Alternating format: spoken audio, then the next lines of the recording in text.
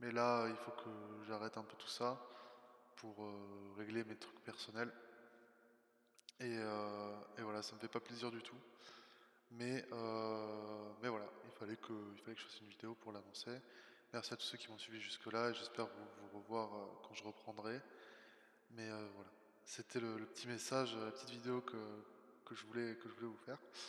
Donc, eh ben, prenez soin de vous et, euh, et on se revoit très bientôt. Allez, ciao.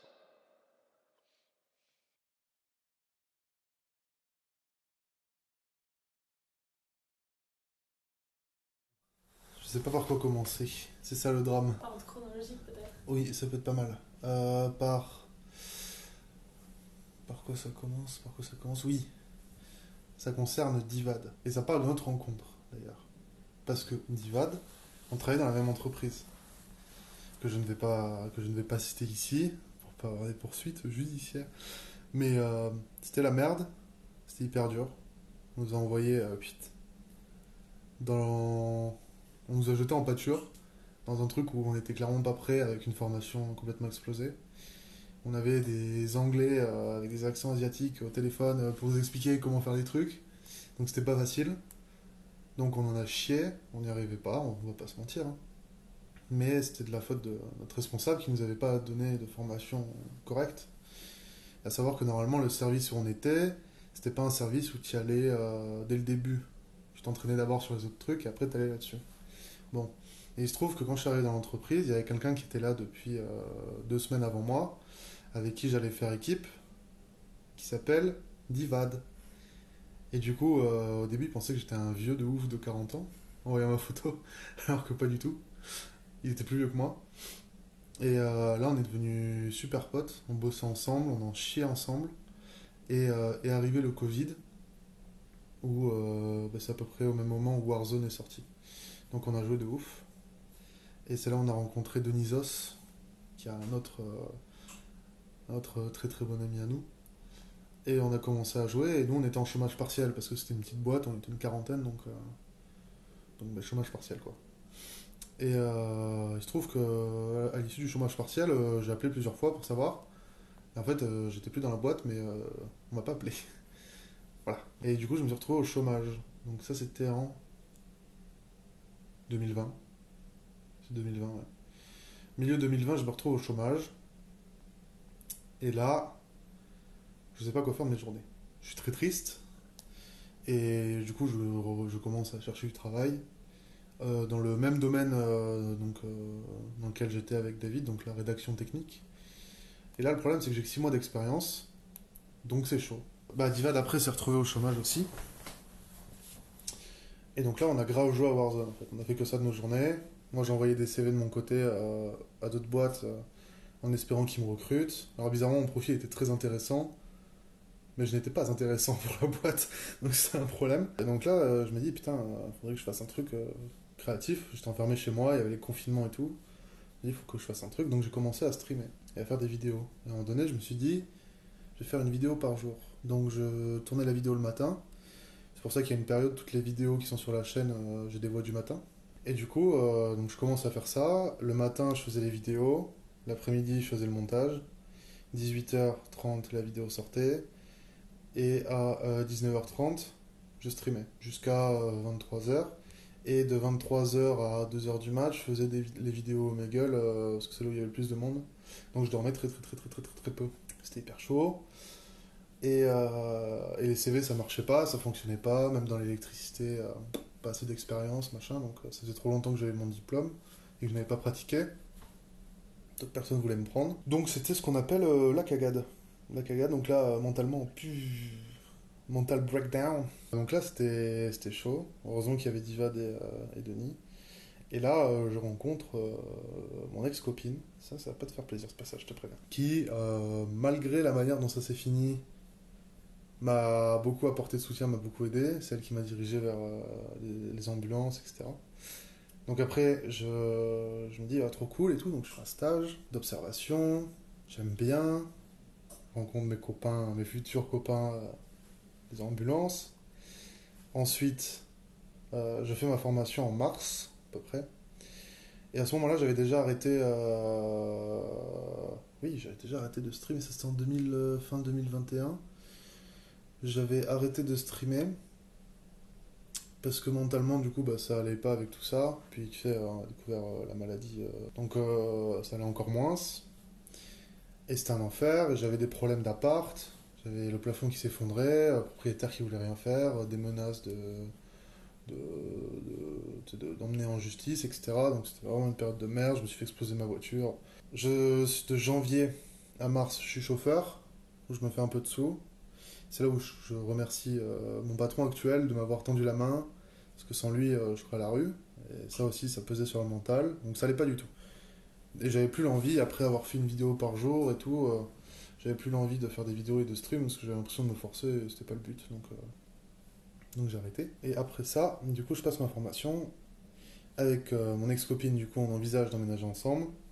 Donc, à l'époque, j'avais pas de sous. Donc, mes parents m'aident à justement avancer les frais de la caution et tout. Et là, tu connais la suite. Mon ex-copine, ça dégage. Elle m'envoie chier. Donc, je me suis retrouvé avec un appart, avec un loyer un peu cher. Des premiers salaires qui étaient bon, beaucoup plus hauts que le chômage, forcément. Donc, j'étais content, mais c'est pas la folie. J'avais beaucoup de trucs à payer. Comme quand on rentre dans un appart, normalement, on a des économies pour le faire. Et bon, j'en avais pas. Et donc, voilà, je me retrouve tout seul dans ce truc-là. Donc là, mentalement, ça redescend. Mais après, il y a le travail et les gros salaires qui arrivent.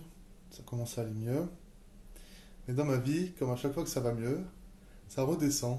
Bon, sinon, c'est pas drôle. Là, tu vois, sinon, c'est trop facile. Enfin, attends. Non, j'allais vraiment pas bien. J'ai oublié une étape. J'allais vraiment pas bien. Donc, ce que j'ai fait, c'est que je me suis inscrit à la salle. Je me suis dit, ça va aller mieux. Et oui, au final, ça libère pas mal d'endorphines et tout. Donc, ça fait vachement du bien. Ça permet de souffler un coup. Donc franchement, ça a fait du bien. Et après est venu... Oui, C'est parce que, je sais pas si tu voulais le préciser ou pas, mais parce que t'avais dit que justement ton ex, elle t'avait un peu freiné aussi dans les vidéos et les streams. exact, je l'ai pas dit. Mon ex, elle me freinait vachement. En fait, elle voulait pas que je fasse de vidéos et de stream parce que, en gros, c'était un truc de gamin et que son frère jouait vachement et qu'il était hyper... enfin, il s'énervait vachement, etc. Et que bah, c'était pas un truc d'adulte, on va dire, et que valait mieux que j'arrête. Ce que j'ai fait. Donc ça allait encore moins du coup, parce que je pouvais pas. Mais ça a joué effectivement, comme tu dis, sur le fait d'arrêter tout ça. Donc là, je devais reprendre, quand elle m'a quitté, je devais reprendre, j'avais envie de reprendre les streams et tout. Sauf que mentalement, ça allait pas, et je me suis dit, ça sert à rien, parce que le but c'est de divertir les gens. Si tu fais la gueule, ça sert à rien. Donc je me suis remis au sport. Donc j'ai perdu un peu, etc. J'étais content. Le travail, ça allait bien, jusqu'au jour où on fait un nouveau patient qui possédait un malinois, voilà, un chien. Bon. Et du coup, on arrive, et donc le malinois est attaché à l'arbre, qui est un peu plus loin, qui doit être à ouais, 20 mètres. Donc on sort le patient, et là, je tourne la tête en direction du malinois qui aboyait beaucoup. Et j'ai juste le temps de dire, ah, il s'est détaché. Qu'il me saute déjà une première fois dessus en essayant de m'accrocher à la gorge. Donc j'arrive à le repousser, sauf que bah, là, non, j'ai fait comme ça. Donc il se pousse, mais après, il s'est décalé vers là et il a attaqué là. Et là, j'ai pas le temps de lui remettre un gros coup de coude. Donc il a le temps de me planter la canine, qui passe à 1 cm de la jugulaire. Alors pour ceux qui voient pas ce qu'est une jugulaire, en gros, c'est un tuyau qui envoie beaucoup de sang. Et si c'est touché, tu meurs dans la minute. Donc là, je sens qu'il me fait mal. J'arrive à le repousser, sa maîtresse et mon collègue arrivent à le retirer. Et là, j'ai mal. Mon collègue me regarde, il me dit, enfin il me dit pas, non, mais je vois qu'il est tout blanc plutôt. Et il se chie dessus, il dit putain, est-ce que ça l'a touché ou pas, tu vois, la carotte, la jugulaire. Donc il regarde, heureusement non, c'est passé 1 cm. Donc on amène le patient, moi avec ma compresse en train de saigner dans l'ambulance. Et du coup, on allait le déposer à l'hôpital Purpan. À l'hôpital Purpan, et du coup, on est passé aux urgences à ce moment-là pour voir ce qu'il fallait faire. Et il m'a dit, bon, ça va, c'est pas assez profond pour faire des points de suture, mais c'est assez profond pour le surveiller. Et du coup, j'ai pris des gros antibiotiques pour éviter la surinfection. Sauf que le problème, c'est que ces antibiotiques, bon, je le savais pas, hein, mais bon, j'en ai pris pendant 10 jours, je crois. Et bon, ils sont assez forts et mon corps il l'a pas aimé. Il a dit ça dégage. Et ça m'a détruit mon système immunitaire. J'ai développé le muguet. Oui, c'est le muguet. J'ai développé le muguet qui fait des taches blanches. Enfin, je m'en suis rendu compte parce que ça a fait des taches blanches sur la langue. En fait, de fil en aiguille, ça m'a pourri mon système immunitaire. J'ai eu 2 premières semaines d'arrêt dû à ça. J'ai pris des médocs et tout. Après ça, j'ai chopé une bactérie de merde qui m'a pourri la gueule. Où j'avais, je sais pas si tu te souviens, j'avais 39 ou 42 fièvres. Ouais, j'avais 2 grosses otites, une à chaque oreille, inflammation des muqueuses nasales, orales. Euh, donc j'avais du mal à respirer, je m'étouffais des fois. Ouais, c'était pas la joie. J'avais des douleurs de partout, des courbatures. J'ai fait 4 tests Covid négatifs. Et là, ma médecin m'a dit, bon, faut arrêter de forcer là et arrêter de bosser. Je vais vous mettre une semaine en arrêt. Et vous allez bien suivre le traitement. Donc je suis toujours sous traitement encore. Mais ça va mieux. Et du coup, ce traitement, je l'ai fait pendant 2 mois. Facile. Je l'ai fait pendant 2 mois pour rebooster mon système immunitaire. Du coup, j'avais pas le droit d'aller à la salle ni rien, ce qui m'a bien fait chier. Et donc voilà, donc ça c'était il y a 4 mois. Non, c'était en mai. Non, mars, avril. Si, là, je me suis fait mordre fin mai. Je me suis fait mordre fin mai.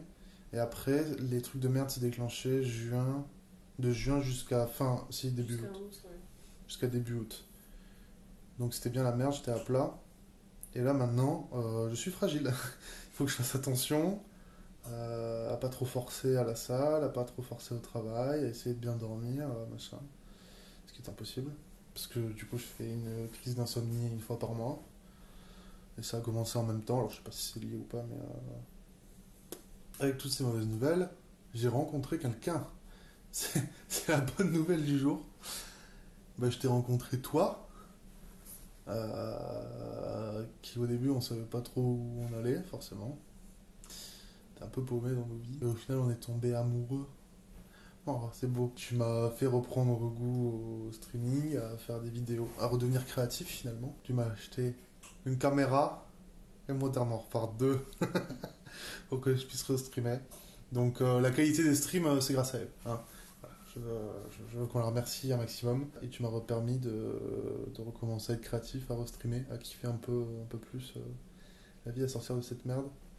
Et ah oui, mentalement en fait, il y avait aussi des embrouilles au boulot qui étaient infernales. C'était une nécrose, bordel. C'était horrible. J'en ai eu des merdes quand même cette année. Hein. Mm. Putain, la vie a pas fait de cadeau là. Mais voilà, maintenant, donc la situation, si je devais faire une comparaison, 2021, à 2 doigts d'être à la... Non, j'étais à 3 mois d'être à la rue.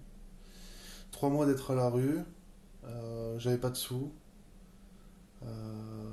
J'étais dans une relation qui, au final, avec le recul, s'est finie de manière très toxique. À avoir une copine qui me laisse faire ma passion, streamer, faire des vidéos, qui m'aime pour ce que je suis et pas pour ce qu'elle aimerait que je devienne. Ça, c'est beau. Ça, je chialais. Vraiment, je suis à 2 doigts de chialer. Et j'ai un travail qui me plaît où j'aide les gens. Et je peux mettre les pimpons pimpons. Ça, c'est bon. Je peux faire GTA dans la vraie vie. Ça n'a pas de prix. Maintenant, il faut que je me répare un peu plus mentalement. Ah oui, j'ai oublié un chapitre. Le... L'Ukraine. Ah oui. Parce que j'étais en PLS mental. Et je voulais, à ce moment-là, dans l'entreprise, c'était pas la joie. Et je voulais tout faire pour partir de la France, en fait, parce que même ça a commencé à devenir de la merde. Avec tous les trucs sanitaires, machin. Là, avec. Bon, c'est pas mieux hein, avec l'essence, l'électricité et tout. Et du coup, je voulais me rendre beaucoup plus utile. J'étais dans la phase où je voulais vraiment me rendre utile de partout. Et du coup, je voulais être ambulancier en Ukraine. Aller fournir mon aide aux Ukrainiens et tout. Quitte à me prendre une balle, à me faire trouver. À ce moment-là, je m'en foutais. Mais vraiment, j'aurais pu partir. Enfin, de toute façon, tu le sais. Hein. Si on s'était pas mis ensemble, l'année prochaine, j'y allais quoi. Ouais. Même quand au début on savait pas trop où on allait nous deux, t'étais vraiment décidé.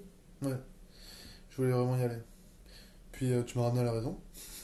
Mes parents aussi étaient pas trop chauds pour que j'aille me faire trouver la gueule en Ukraine. Mais ouais, je sais pas pourquoi je voulais y aller. C'est peut-être parce que j'avais pas de... De but. Ouais, j'avais pas de but dans la vie, je me suis dit, bah, je vais faire mon travail jusqu'au bout, et autant faire un truc un peu palpitant, on va dire. Voilà, c'est bien palpitant quand même. Mais je voulais faire plus. Mais c'est toujours le cas, hein. Je prévois toujours de faire plus. Et peut-être partir de la France à un moment donné. Ce serait pas mal vu comment ça évolue. Du coup, ouais, je me suis un peu senti pousser des ailes là. À ce moment-là, et on m'a un peu tiré les oreilles en me disant, mais c'est complètement débile. Il y a des gens qui comptent pour toi. Et c'est juste que, enfin, c'est pas que je voyais pas qu'il y avait des gens pour qui je comptais, mais c'est que même maintenant, tu vois, je me dis si j'envoie plus de messages à personne, qui restera, tu vois. Toi, oui. Et tu vois, même à ma famille et tout, je sais pas. Je sais pas, ça se trouve, ils vont regarder la vidéo, ils vont dire, il est complètement con lui ou quoi.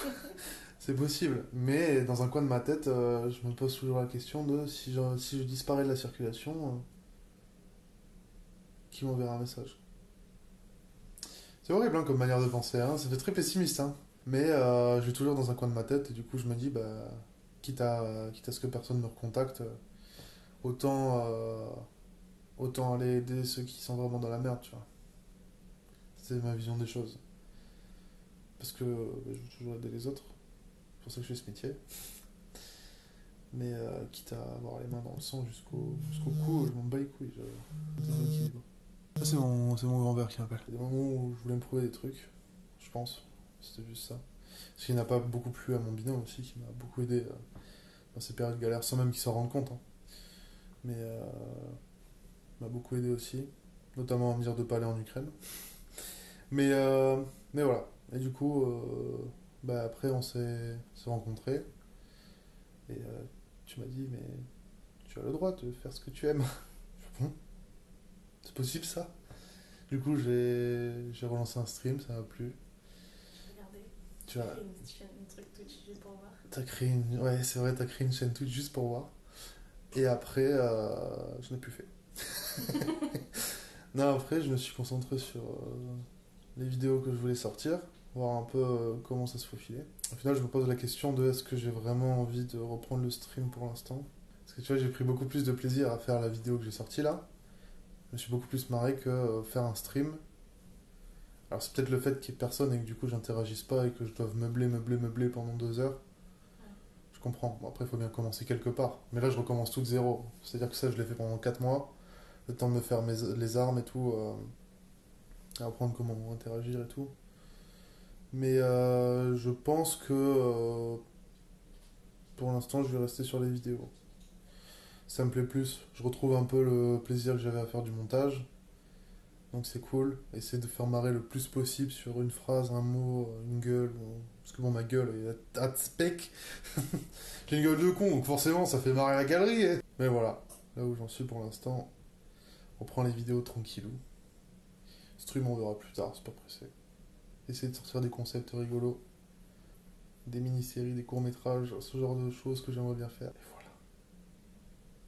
Des questions? Non. Super. T'as rien écouté du cours en fait. C'est ça. T'as pris des notes au moins? Fais voir ton carnet. Fais voir ton carnet.